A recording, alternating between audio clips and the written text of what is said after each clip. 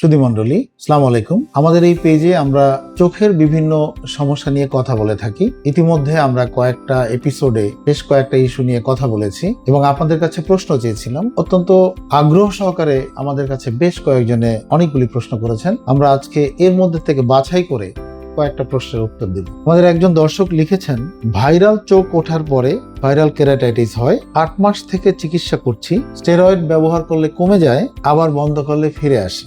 এখন এ থেকে মুক্তির উপায়। প্রথম কথা হচ্ছে, ভাইরাল কেরাটাইটিস বেশ কয়েক ধরনের ভাইরাস থেকে হয়ে থাকে। আমাদের কমন যেটা হয় সেটা হচ্ছে অ্যাডেনোভাইরাল কেরাটাইটিস। এটা আপনারা দেখবেন যে সিজনাল টাইমে আমাদের যে কনজাংটিভাইটিস হয়, চোখ ওঠা রোগ বলে থাকি আমরা, ওইটা সাধারণত 3-4 দিনে ভালো হয়ে যায়, যেটা কনজাংটিভাইটিস। আর কিছু আছে যেটা কর্নিয়া ইনভলভ করে, চোখের কালো মণিটা ইনভলভ করে, এটাকে আমরা বলি কেরাটাইটিস। কেরাটাইটিস সাধারণত 3-4 দিনে ভালো হয় না, এটা 2-3 সপ্তাহ সময় লাগে। এটা হচ্ছে অ্যাডেনোভাইরাস, যেটা কমন।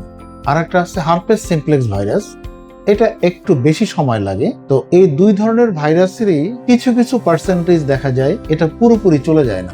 দেখা যায় যে এটা নার্ভ রুটে গিয়ে ভাইরাসটা থেকে যায়, আবার একটা সুযোগ সন্ধানী ভাইরাস, আবার একটা চোখে কোনো কারণে উইক হলে, শারীরিকভাবে অসুস্থ হলে ভাইরাসটা আবার ইনফেকশন করে। তো এই ইনফেকশন করার সময় আমরা যে ধরনের চিকিৎসা করে থাকি, সেই চিকিৎসার সাথে সাথে কখনো কখনো রোগের প্রদাহর মাত্রা কমানোর জন্য স্টেরয়েড ব্যবহার করে থাকি। স্টেরয়েড দিলে পরে ইনফ্লামেশনটা খুব দ্রুত কমে যায়। কিন্তু সমস্যা হচ্ছে, স্টেরয়েডটা সাধারণত আমরা খুব স্লোলি উইথড্র করে থাকি।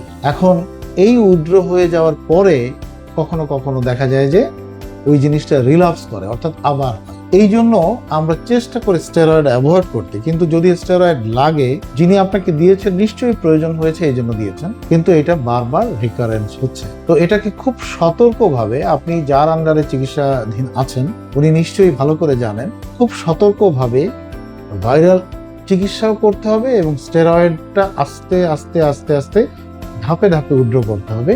এবং এক পর্যায়ে গিয়ে আমরা স্টেরয়েডটাকে বাদ দিয়ে স্টেরয়েডের কাছাকাছি কোনো অ্যান্টি ইনফ্লামেটরি ড্রাগ দিয়ে আস্তে আস্তে উইথড্র করলে আশা করি এই আপনার প্রদাহটা যে রিকার করে বা আবার হয়, এটা অনেকটা কমে আসবে। আপনাদের জানাতে চাই, আমার কাছে আরো বেশ কয়েকটা প্রশ্ন আছে, আমরা ধাপে ধাপে এই প্রশ্নগুলো উত্তর দেব।